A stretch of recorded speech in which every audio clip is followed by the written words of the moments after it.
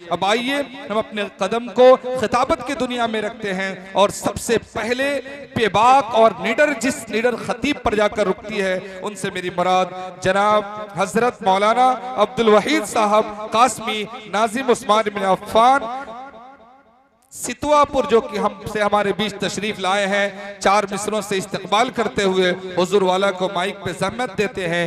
न साकी है न मैं खाना, न महफिल है न पैमाना। न साकी है न मैं खाना, न महफिल है न पैमाना। बहारें लुट गई सारी, फकत बाकी है अफसाना। निगाहे मस्त भी तेरी, नशाते जानो दिल साकी। निगाहे मस्त भी तेरी, नशाते जानो दिल साकी। छलकता ही रहा हरदम तेरा भरपूर पैमाना।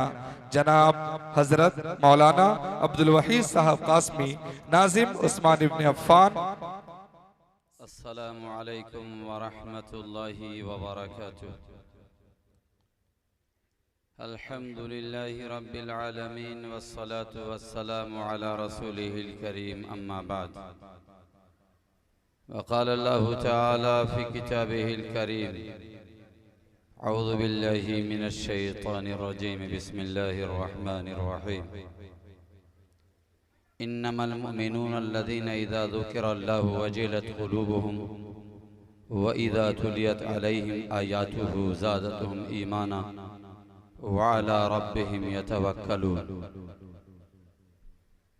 अल्लज़ीना युक़ीमूनस्सलाता व मिम्मा रज़क़नाहुम युन्फ़िक़ून। अल्लाहुम्मा सल्लि अला मुहम्मदिन व अला आलि मुहम्मदिन व बारिक व सल्लिम व बारक व सल्लम तस्लीमन कसीरन कसीरा। अन उस्मान इब्न अफ़्फ़ान रज़ियल्लाहु तआला अन्हु क़ाल क़ाल रसूलुल्लाहि सल्लल्लाहु अलैहि वसल्लम, खैरुकुम मन तअल्लमल क़ुरआन व अल्लमह।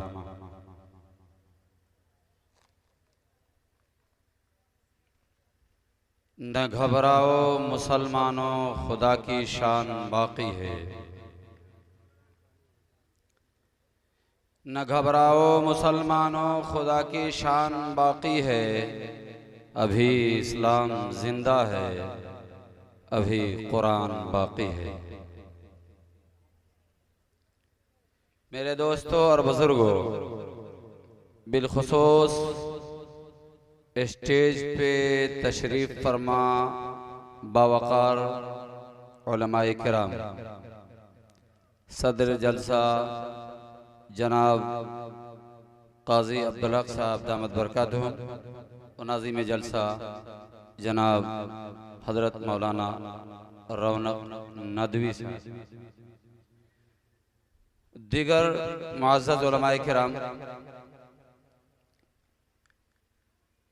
मैं बारहा इस चीज़ को बोलता हूँ कि आपकी नज़र में, आपसे मुराद आवाम की नज़र में उलमाए किराम की क्या अहमियत है ये मैं नहीं जानता, लेकिन मैं उलमाए किराम को अपनी आँखों का सुरमा समझता हूँ। मैं समझता हूँ कि ये जिंदा हैं तो हम जिंदा हैं, ये जिंदा हैं तो कुरान की एक एक आयत जिंदा है, ये जिंदा हैं तो दीन के एक एक अहकाम महफूज हैं, ये जिंदा हैं तो शरीयत की एक एक चीज़ महफूज है। इसलिए मैं दिल से दुआ करता हूँ कि अल्लाह उलमाए किराम की जमात को हमेशा सलामत रखे। जो कुरान हमें मिला है, मैंने कुरान करीम की जो आयत पढ़ी है, अल्लाह ताला इरशाद फरमाता है,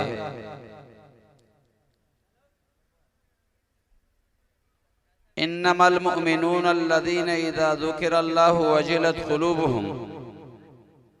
ईमान वालों की पहचान ये है कि जब उनके सामने अल्लाह का जिक्र हो तो उनके दिल डर जाते हैं।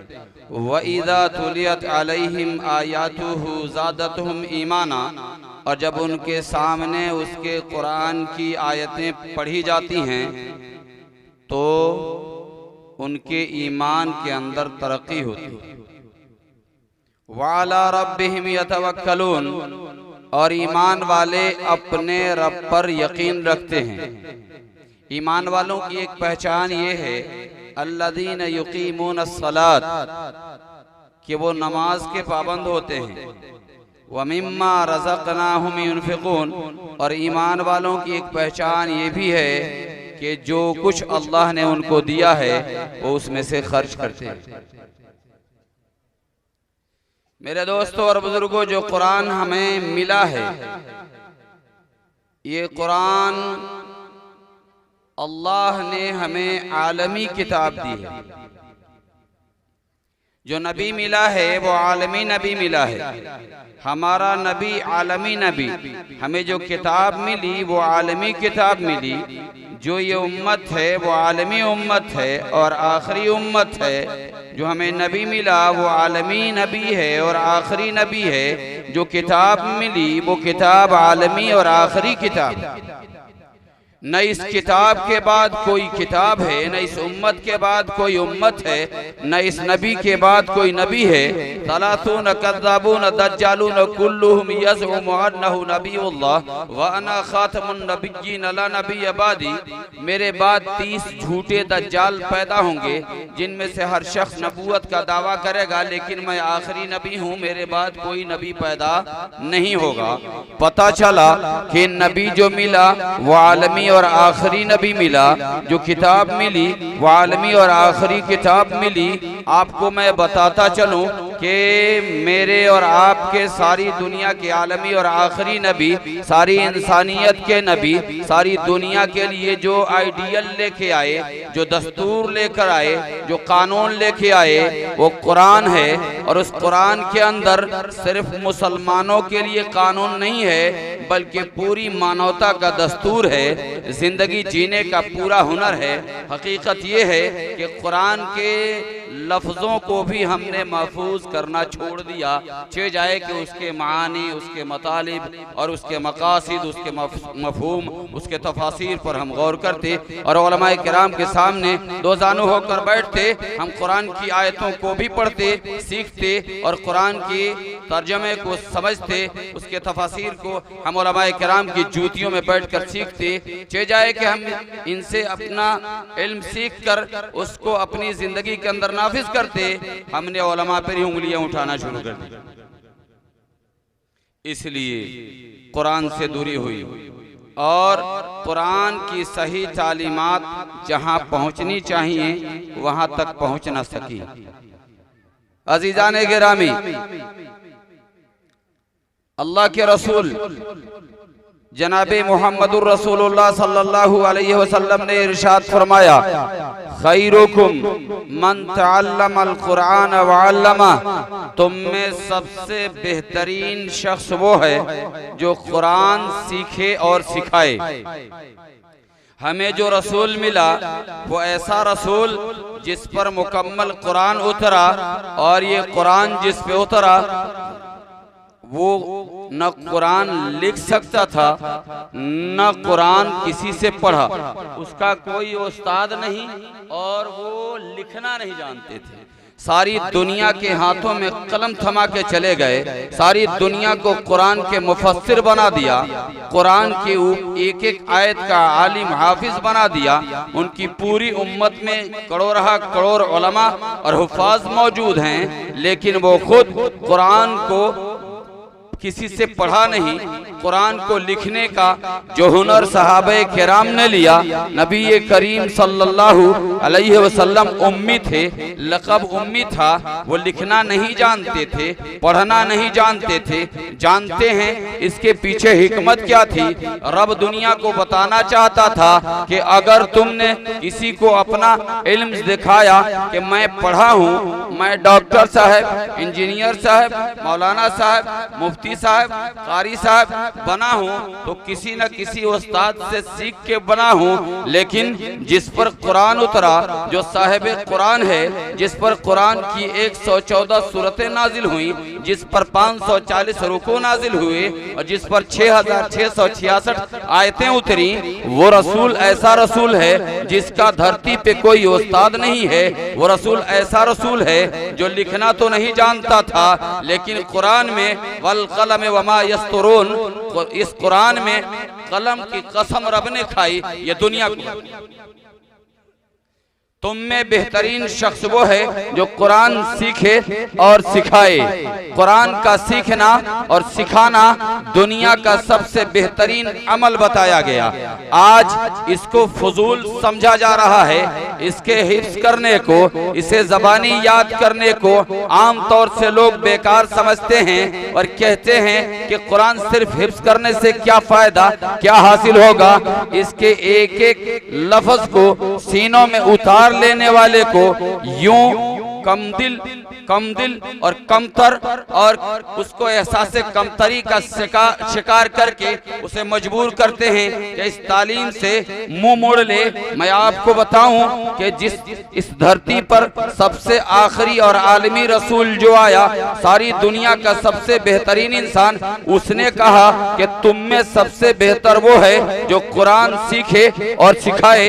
दुनिया की नजर में और जो तालीमें हैं, मैं उन तालीमों का इनकार नहीं करता, मैं उनका मुनकिर नहीं हूँ। न कुरान के पढ़ने वाले लोग उन तालीमात की तरदीद करते हैं, बल्कि ये कहते हैं कि आइए ना पहले बच्चों के सीनों में कुरान महफूज किया जाए, फिर इन बच्चों से कुरान की हिकमत और दानाई सीखी जाए, इनको सिखाया जाए, इनको दुनिया के अंदर भी कामयाब बनाया जाए और आखिरत के दर्जों में भी कामयाब बनाया जाए। ये इल्म वो इल्म है जिसको अबू बकर ने सीखा तो सदाकत की दौलत नसीब हुई। ये कुरान वो कुरान है जिसको उमर ने लिया तो अदालत की दौलत नसीब हुई। ये कुरान वो कुरान है जिसको हजरत अली रज़ी अल्लाह ताला अन्हो ने महफूज किया तो शुजाअत की दौलत नसीब हुई। ये कुरान वो कुरान है जिस कुरान को हजरत उस्मान गनी ने लिया तो हयादार बने।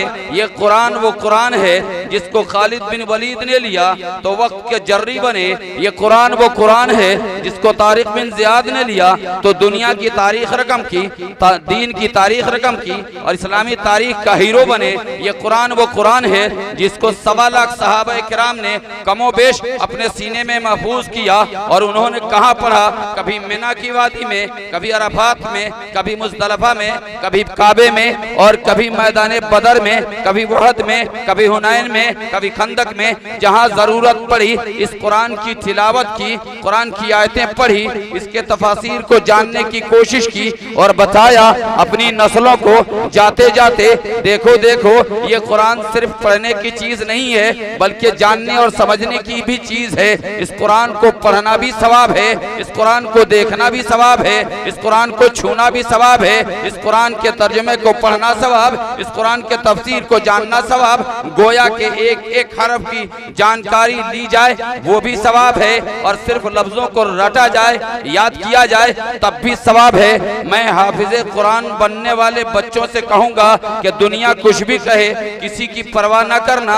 मैं आप तमाम बच्चों से कहूँगा जिन्होंने अपने सीनों में कुरान को महफूज किया है, आप न समझना कि तुमने छोटा तालीम हासिल किया है, नहीं, तुमने वो कुरान सीनों में डाला है जिस कुरान को अबू बकर ने पढ़ा रात की तन्हाई में। तुमने अपने सीनों में उस कुरान को महफूज किया है जिस कुरान को हजरत अम्मा आयशा ने रात की तन्हाई में अपने रब के सामने पढ़ा।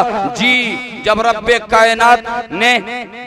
कायनात से आपका राब्ता करीब हुआ, कब? जब आप पर इल्जाम लगा, अम्मा आयशा पर जब इल्जाम लगा तो अल्लाह के रसूल जनाबे मोहम्मदुर रसूलुल्लाह सल्लल्लाहु अलैहि वसल्लम सहाबा किराम को बैठा के राय करने लगे कि तुम्हारी क्या राय है अम्मा आयशा के बारे में। अम्मा आयशा ने अपने शौहर से कहा, शौहर से कि जनाबे अली मैं अपने मैके चली जाऊं, आपके हालात ऐसे हैं, मैं अपने मैके चली जाऊं। उम्मीद ये थी कि शौहर है इजाजत नहीं देगा, लेकिन मेरे दोस्तों और बुजुर्गों शौहर ने इजाजत दे दी। गोया के अल्लाह के रसूल सल्लल्लाहु अलैहि वसल्लम ने अपनी बीवी को इजाजत दे दी, वो मैके चली गई और उसके बाद मुसल्ला कोने में लेके बैठी, सजदा किया, कुरान पढ़ी और रब से रोने लगी, रब्बा सारी दुनिया मुझे गलत कहती है, रब्बा मदीने वाले मुझे गलत कहते हैं, रब्बा मदीने के लोग मुझे गलत कहते हैं, रब्बा कुछ अपने लोग भी हैं जो मेरे साथ हैं, लेकिन बहुत सारे लोगों ने गलतफहमियां फैला दी हैं। मेरे मौला, मेरे महबूब ने गोया के मैंने हाई कोर्ट में मुकदमा किया था, वहां से मुकदमा खारिज हो चुका है, अब तेरा कोर्ट है सुप्रीम कोर्ट, इसमें मैंने मुकदमा किया है। मेरे रब्बा, मेरी पाक दामनी की गवाही तुझे देनी है। रब्बे कायनात ने इसी कुरान को शहादत के तौर पे नाजिल किया और सूरह नूर की आयतें लेकर जिब्रील को भेजा।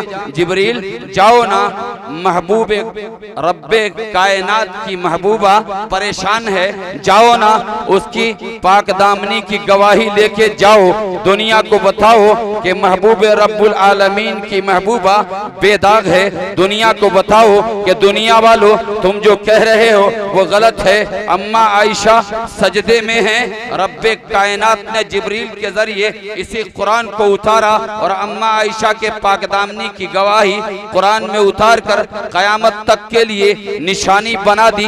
मेरे दोस्तों और बुजुर्गों, ये कुरान उस वक्त उतरा जब सहाबा किराम बदर में थे, वहाँ पे कुरान उतरा। ये कुरान वहाँ उतरा जब ओहद में थे, जब ये मैदाने हुनैन में थे, जहाँ जहाँ जरूरत पड़ी कुरान की एक एक आयत उतरी और सहाबा किराम ने एक एक आयत से हौसला लिया, हिम्मत ली। मोहम्मद अरबी सल्लल्लाहु अलैहि वसल्लम के इशारों पे जान दिया, जी ये कुरान उतरा, नमाज पढ़ो। सहाबा ने नमाज शुरू की, ये कुरान उतरा और कहा रोजा रखो, सहाबा ने रोजा रखा। ये कुरान उतरा और कहा ज़कात की अदायगी फर्ज है, सहाबा ने अपने माल का निसाब पता किया और ज़कात अदा किया। ये कुरान उतरा और सहाबा किराम के ऊपर जब ये कुरान का निफाज हुआ, नाजिल हुआ, एक तरफ तो हुक्म नाजिल हो रहा है ये काम करो, दूसरी तरफ ममानियत हो रही है। रब्बे कायनात फरमाता है वमा आताकुमुर रसूल फखुदूहु वमा नहाकुम अन्हु फंतहु, जो रसूल तुम्हें दें उसे ले लो, जिस चीज से मना करें उससे रुक जाओ। जब नबी ने कहा नमाज पढ़ो, कुरान उतारी और कुरान की आयतें पढ़ के बताई, तो सहाबा किराम ने अकीमुस सलात व आतुज ज़कात का मिस्दाक बनकर दुनिया को बताया कि आमना के दुर्रे यतीम पे जो कुरान उतरा है ये कुरान मामूली किताब नहीं है। इस कुरान की एक एक आयत को अपनी जिंदगी के अंदर उतारेंगे और दुनिया के अंदर अमल करके दुनिया से रुखसत होंगे। अजीजाने गिरामी, कुरान की एक एक आयत, एक तरफ हुक्म और दूसरी तरफ ममानियत हो रही है। शराब की हुर्मत नाजिल हुई, रब्बे कायनात ने अपने महबूब पे कुरान उतारा और कहा कि शराब हराम हो गई, शराब पीना हराम हो गया। मदीने की मंडी में शराब के बड़े बड़े कारोबारी थे, बड़े बड़े ताजिर लोग थे, और जब उन पर कुरान की आयत नाजिल हुई कि आज के बाद से शराब का पीना हराम, शराब का बेचना हराम, शराब का कारोबार हराम। जी अपने बिहार में भी शराब बंदी हुई थी, लेकिन अभी पता ना है कि नहीं है, लेकिन हुई थी। जब शराब बंदी हुई तो शराब पीने वाले लोग रुक गए क्या? शराब बंदी के बाद शराब बंद हो गई क्या? नहीं, बंद बोतलों में जहां से बंदी थी वहीं से पहुंच जाता। लेकिन एक शराबबंदी मदीने में भी हुई, जो जहां कोई पुलिस नहीं गई। एक ऐलान हुआ, एक मुनादी ने ऐलान किया और कुरान ने ऐलान किया। कुरान के ऐलान पर सिर्फ एक मुनादी ने आवाज लगाई, कोई पुलिस फोर्स पीछे नहीं थी। लेकिन दुनिया की तारीख ने इन वाकयात को नकल किया और सहाबा किराम के इस अमल को नकल किया, महफूज किया कि एक मुनादी ने आवाज लगाई, सुनो सुनो मोहम्मद के कलमा पढ़ने वाले सुनो सुनो, ला इलाहा इल्लल्लाह मुहम्मदुर रसूलुल्लाह के पढ़ने वाले सुनो। आज तक तुम शराब पीते रहे, लेकिन आज के बाद तुम शराब नहीं पी सकते। आज तक शराब के कारोबारी थे, अब शराब की मंडी नहीं चल सकती, अब शराब का कारोबार नहीं हो सकता।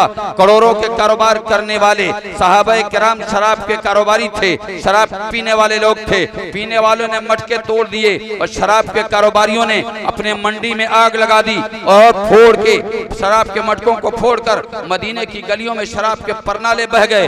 गोया उन्होंने कलमा पढ़ा था, ला इलाहा इल्लल्लाह मुहम्मदुर रसूलुल्लाह, तो उन्होंने सिर्फ कलमा नहीं पढ़ा था, जैसे जैसे कुरान उतरता गया उनकी जिंदगी पर निफाज होता चला।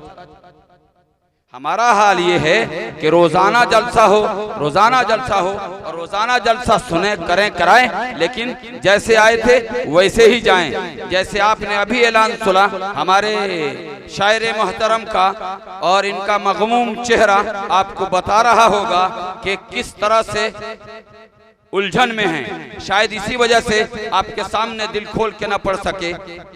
आखिर वो मोबाइल उठाने वाला कोई अमेरिका का चोराया होगा। हम ही लोगों में से कोई ना कोई होगा जनाबे आली, वो जलसा सुनने आया हो या न आया हो, लेकिन हाथ लग गया 30,000।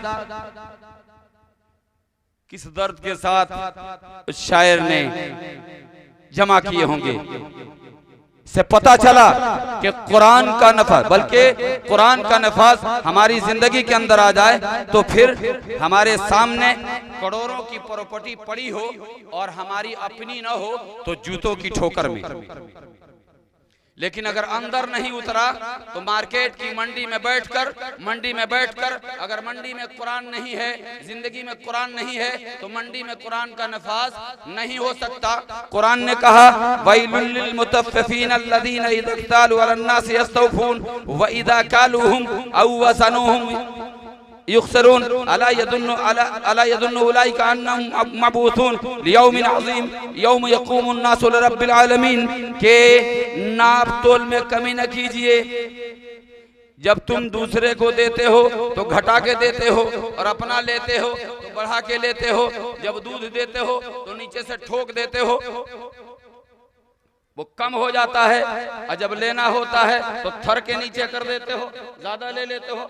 औफुल कैल वज़नु बिल क़िस्तासिल मुस्तक़ीम, सही नापो, सही तोलो, नाप तोल में कमी न करो। कुरान ने कहा मंडी के अंदर बेईमानी नहीं होनी चाहिए, लेकिन मंडी में बैठने वाला, इस कुरान का मानने वाला मंडी में बैठकर और गंदी तिजारत कर रहा है, गलत तिजारत कर रहा है। ये कुरान की दावत नहीं है, ये कुरान की दावत नहीं है, ये कुरान पे बुहतान है। अगर आपका अमल कहीं और कुरान कुछ और, कुरान तो इसलिए सोसाइटी ये समझेगी, लोग ये समझेंगे जो कुरान से जुड़े नहीं हैं, वो ये समझेंगे यार कुरान पढ़ के भी झूठ बोलना, कुरान पढ़ के भी गलत करना, कुरान जान के भी गलत सौदा तोलना, कस्टमर को धोखा देना, मेड इन चाइना का सामान और मेड इन जापान का स्टिकर लगा के बेच देना, यह अहले कुरान की फितरत नहीं हो सकती। इसलिए मंडी में बैठने वाले ताजिरों, मैं आपसे कहूंगा आपका बेटा हाफिज कुरान भी हो, आपका बेटा आलिम कुरान भी हो, आपका बेटा दीन का एक एक इल्म जानने वाला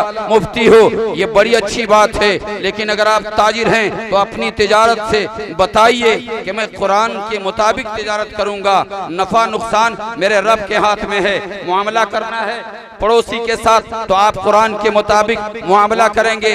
मेरे दोस्तों और बुजुर्गों, हमारे असलाफ की जिंदगी, हमारे असलाफ की जो जिंदगी है बेअईन ही इंशाअल्लाह अगर हमने अहद कर लिया तो हम भी वैसी ही जिंदगी जिएंगे।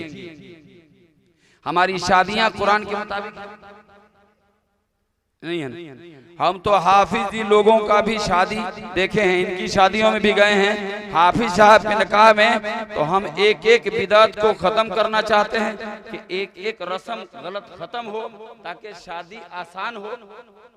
मुश्किल है, परेशानी है, शादी करने वाले परेशान हैं। आसानी हो, कम खर्चे में हो, तो दिन ब दिन एक और बढ़ता जा रहा है।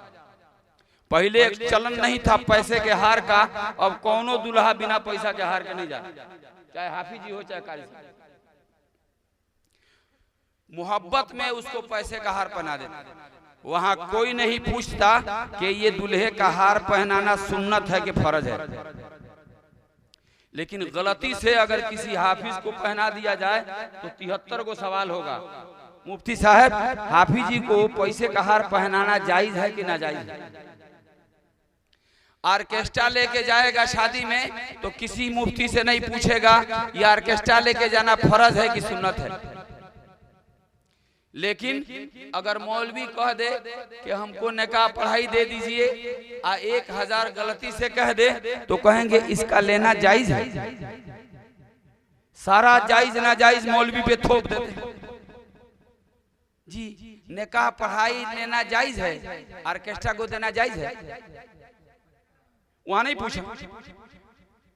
शादियों में जो टेंट में आप खर्चा करते, एक आदमी के शादी में मुझे निकाह पढ़ाने के बुलाया तो बता रहा था कि 90,000 रुपया सिर्फ हमको टेंट का खर्चा देना पड़ा।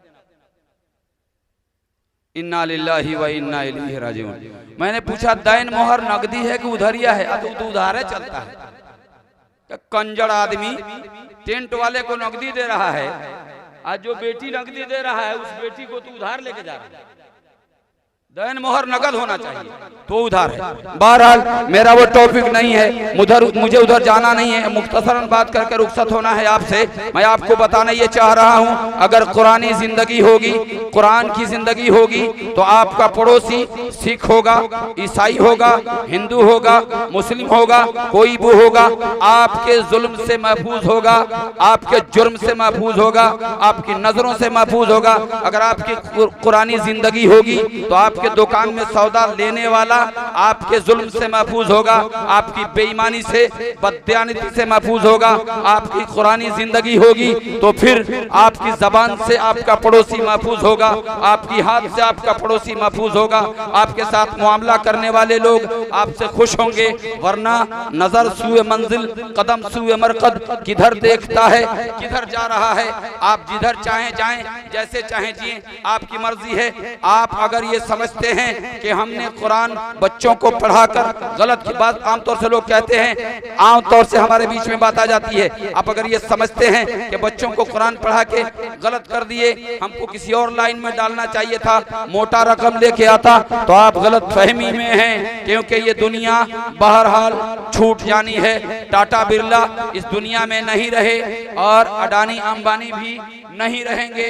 ये दुनिया के दौलत के बड़े बड़े दौलत के मालिक लोग, ये लोग भी दुनिया में न रहे हैं न रहेंगे। बड़े बड़े दौलतमंद आए चले गए, दौलत हाथ का मैल है, आज नहीं तो कल खत्म हो जानी है। लेकिन ये जो दौलत है ये अबदुल आबाद की दौलत है। इसलिए मैं कहूँगा कि अगर आप उलमा पर तंज करके और उन्हें मजबूर करते हैं कि इस काम को छोड़ दे, मैं दुआएं देता हूँ कारी फिरदौस साहब दामत बरकातुहुम को कि उन्होंने बड़ी कोशिश और मेहनत की। बल्कि मैं कहूँगा कि छोटी छोटी टोलियों के साथ जो कुरान की खिदमत कर रहे हैं, जहाँ भी कर रहे हैं, जिस हाल में भी कर रहे हैं, जिनसे बन सकता है उनका ताउन करें, उनका साथ दें। जिनका नहीं बन सकता, जिनसे नहीं बन सकता, ताउन नहीं कर सकते, तो कम से कम टांग ना खींचें, उन पर तंज न करें, उन्हें बदनाम न करें, उन्हें जलील न करें। आमतौर से बोला जाता है मौलवी चंदाखोर होता है। सुनो सुनो मालदार लोगों, मैं आप सबसे कह रहा हूँ, वही बात दोहरा रहा हूँ जो मेरठ के जलसे में हजरत मौलाना अशरफ अली थानवी रहमतुल्लाह अलैह ने कहा था कि मालदारों, अगर तुम्हें लगता है कि तुम्हारे ज़कात से मदारिस चलते हैं, अगर तुम्हें लगता है कि तुम्हारे सदकात से मदारिस चलते हैं, तो अपने ज़कात और माल को, ज़कात और सदकात के माल को बंद कर लो, रोक लो, मत तो हमें उसकी कोई जरूरत नहीं है। बस हम उलमाए किराम अलग अलग अपनी दुकानें कर लेंगे, कोई चावल की, कोई दाल की, कोई सब्जी की, कोई कारोबार अपना कर लेंगे। जैसे तुम दुनिया कमा रहे हो, हम भी दुनिया कमाने में लग जाएंगे। लेकिन 40-50 साल के बाद जब तुम अपनी नस्लों को देखोगे तो कोई यहूदी होगा, कोई ईसाई होगा, कोई अपने ईमान से खारिज, कोई इस्लाम से खारिज, कोई कुरान का मुनकिर, कोई नबी का मुनकिर, कोई इस्लाम का मुनकिर, कोई दीन का मुनकिर होगा। उस वक्त तुम हमारे पास आओगे कि हजरत चलिए ना, मेरा बेटा मुर्तद हो गया है, उसे जाइए ना इस्लाम की दावत दीजिए। मैं बोलूंगा मुझे तो दुकान से फुर्सत नहीं है। इसलिए अगर हम भी तुम्हारी तरह कारोबारी हो गए तो तुम सोचो तुम्हारी नस्लों का क्या। इसलिए अपने आप को आला न समझिए, आपके माल का सही इस्तेमाल, जहां आपका दिल मुतमईन हो वहां खर्च कीजिए, लेकिन कीजिए अपने बेटे को हाफिज बनाइए, बेटे को हाफिज बनाइए, बेटी को हाफिज बनाइए और खुद बेनमाजी रहिए, कूद के जन्नत में चले जाइए। बेटा हाफिज, बेटी हाफिज और माँ बेनमाजी, अब बाप बेनमाजी, न ये नमाज पढ़ता है न वो नमाज पढ़ती है। हमारा बेटा हाफिज हो गया, हम जन्नत में चले जाएंगे। पहले कुटाई पिटाई होगी, जन्नत में जाइएगा, पहले कुटाई पिटाई होगी, बाद में न जाइएगा। नमाज जितना छोड़े हैं पिटाएंगे तब न जाएंगे। पहले पिटाने का इंतजाम करिए, बदन मजबूत कर लीजिए, खूब घूस खा के पिटाइएगा तब जन्नत में जाइएगा। आप डायरेक्ट जानने की कोशिश कीजिए। इसलिए आप इस नशे मत रहिए कि मेरा बेटा हाफिज हो गया है, आलिम हो गया है तो मैं चला जाऊंगा, कुछ भी करूंगा। नहीं, अपने अमाल को भी ठीक करने की कोशिश कीजिए। करेंगे ना ऐसा इंशाअल्लाह। किसी आलिम को, किसी हाफिज को, किसी कारी को हकीर न समझिएगा। कुरान से मोहब्बत करने वाला, अपनी आखिरी बात कहते हुए रुखसत हो रहा हूँ, कुरान से मोहब्बत करने वाला सिर्फ कुरान से और अहले कुरान से मोहब्बत करेगा, सिर्फ मोहब्बत की बुनियाद पर ये ईमान से खारिज नहीं होगा, इसका खात्मा ईमान पे होगा। सिर्फ कुरान से मोहब्बत करने वाला कभी गुमराह नहीं होगा, सिर्फ अहले कुरान से मोहब्बत करने वाला कभी गुमराह नहीं होगा। इसलिए कम से कम इन हाफिज़े कुरान को देखो तो मुस्कुराहट भरी नजरों से देखो। मेरी माँ बहनों, आपसे भी कहूँगा कि अगर तुम्हारा बेटा हाफिज नहीं है, हाफिज बनाओ, आलिम बनाओ, लेकिन कम से कम अगर शादियाँ करो तो अपनी शादियों में नबी के इस कुरान की आयतों को उलमा से पढ़वा के समझो, जानो कि शादियां जिस अंदाज में तुम करती हो, क्या ये कुरानी शादी है, क्या ये इस्लामी शादी है? ये जो मजमा बैठा है अगर ये तय कर ले कि बिना लेन देन के शादी करेगा, फ्री में शादी करेगा, तो हमारी बेटियां फांसी लगा के मरेंगी, वो हिंदू हो, मुस्लिम हो, सिख हो, ईसाई हो, कोई भी हो। कुरान का निफाज पूरी दुनिया के लिए है, पूरी दुनिया के लिए कुरान नमूना है। हुदल्लिन नास, हुदल्लिल मुस्लिमीन नहीं है, कुरान हुदल्लिन नास है, पूरी दुनिया के लोगों के लिए हिदायत है, सिर्फ मुसलमानों के लिए हिदायत का सामान नहीं है, पूरी दुनिया के लिए दस्तूर बन के आया है। मुसलमानों, अगर आपने कुरान को अपनी जिंदगी में उतार लिया और आपकी शादियां कुरान के मुताबिक हो गईं, आपके कारोबार कुरान के मुताबिक हो गए, आपके मामलात कुरान के मुताबिक हो गए, आपके लेन देन कुरान के मुताबिक हो गए, आपके अखलाकियात कुरान के मुताबिक हो गए, आपके मामलात कुरान के मुताबिक हो गए, खुदा की कसम सारी दुनिया को जो आप पर इल्जाम लगा रही है वो मानने को मजबूर होना पड़ेगा कि वाकई में ये कुरान सच्चा है और इसके मानने वाले लोग सच्चे। तो इंशाअल्लाह हम ऐसा करेंगे ना जी, हम अपनी मंडी में सच्ची तिजारत रहेंगे। अल्लाह ताला आपको भी और हमको भी कहने सुनने से ज़्यादा अमल की तौफीक नसीब फरमाए। उलमाए किराम की लंबी फहरिस्त है, मैं अपने से ज़्यादा कीमती उलमाए किराम को अपने बाद आने का बेहतर मौका देना चाहता हूँ ताकि उनसे आप मुस्तफ़िद हो सकें। चलते चलाते मैं आपसे गुजारिश करूँगा कि जो जहाँ है, जिस तरह के ताउन दीनी इदारों को दे सकता हो दे। एक इल्ज़ाम लगाते हैं कि फीस पे चलाने वाले लोग कारोबारी हैं, ये कारोबार करते हैं जो फीस पे इदारे चलाते हैं, बिजनेसमैन लोग हैं। लोग कहते हैं इन लोगों ने बिजनेस किया है, मान लिया जाए, थोड़े देर के लिए मान भी लिया जाए कि ये तिजारत है, तो मैं न कह दूं हल अदुल्लुकुम अला तिजारतिन तुंजीकुम मिन अज़ाबिन अलीम। कुरान ने नहीं कहा क्या तुम ऐसी तिजारत न बताऊं जो तुम्हें दर्दनाक अजाब से बचा दे? अगर उन्होंने तिजारत किया भी है तो आप मंडी में बैठे हैं, कपड़े के कारोबारी हैं, कपड़े का दुकान किया है आपने, मुझे बताएं आपके कपड़े के दुकान से कौम का क्या फायदा हो रहा है, इंसानियत का क्या फायदा हो रहा है? आपका पेट भर रहा है, आपका घर बन रहा है। लेकिन अगर कोई दीनी इदारा चला रहा है, कोई तालीमी इदारा चला रहा है, कोई प्राइवेट स्कूल चला रहा है, तो अपना फायदा के साथ साथ कौम को उजागर कर रहा है, कौम को शिक्षित बना रहा है, तालीम याफ्ता बना रहा है। अगर बिजनेस भी किया है तो उसका दोनों फायदा है, उसका भी है और साथ साथ कौम का भी फायदा है। तो बताइए आपकी तिजारत से बेहतर है कि ना? इसलिए ऐसे बोल बोल कर किसी दीन के काम करने वाले को मजरूह न करें, उसका दिल जख्मी न करें, उसको हौसला दें, हिम्मत दें। माल नहीं दे सकते तो कम से कम ज़बानी तंज और तीर न मारें कि वो जख्मी होकर बैठ जाए। अल्लाह ताला आपको हमको इन तमाम लोगों को कहने सुनने से ज़्यादा अमल की तौफीक नसीब फरमाए। वमा अलैना इल्लल बलागुल मुबीन। जब दमे वापसी हो या अल्लाह, लब पे हो ला इलाहा इल्लल्लाह। उम्मीद अभी कुछ बाकी है। एक बस्ती बसने वाली है, एक बस्ती जिसमें जुल्म न हो, जहाँ जीना भी कोई जुर्म न हो, जहाँ फूल खुशी के खिलते हों, जहाँ मौसम सारे मिलते हों, जहाँ रंगो नूर बरसते हों, जहाँ सारे हंसते बसते हों। एक आस है ऐसी बस्ती की जहाँ झूठ का कारोबार न हो। एक आस है ऐसी बस्ती की जहाँ झूठ का कारोबार न हो, जहाँ दहशत का बाजार न हो, जहाँ खून की होली आम न हो, जहाँ गंगे लहम की शाम न हो। एक आस है ऐसी बस्ती हो जहाँ रोटी जहर से सस्ती हो। एक आस है ऐसी बस्ती हो जहाँ रोटी जहर से सस्ती हो, जहाँ मुनसिफ से इंसाफ मिले, जहाँ दिल सबका सब साफ मिले, वो बस्ती काश तुम्हारी हो, वो बस्ती काश हमारी हो।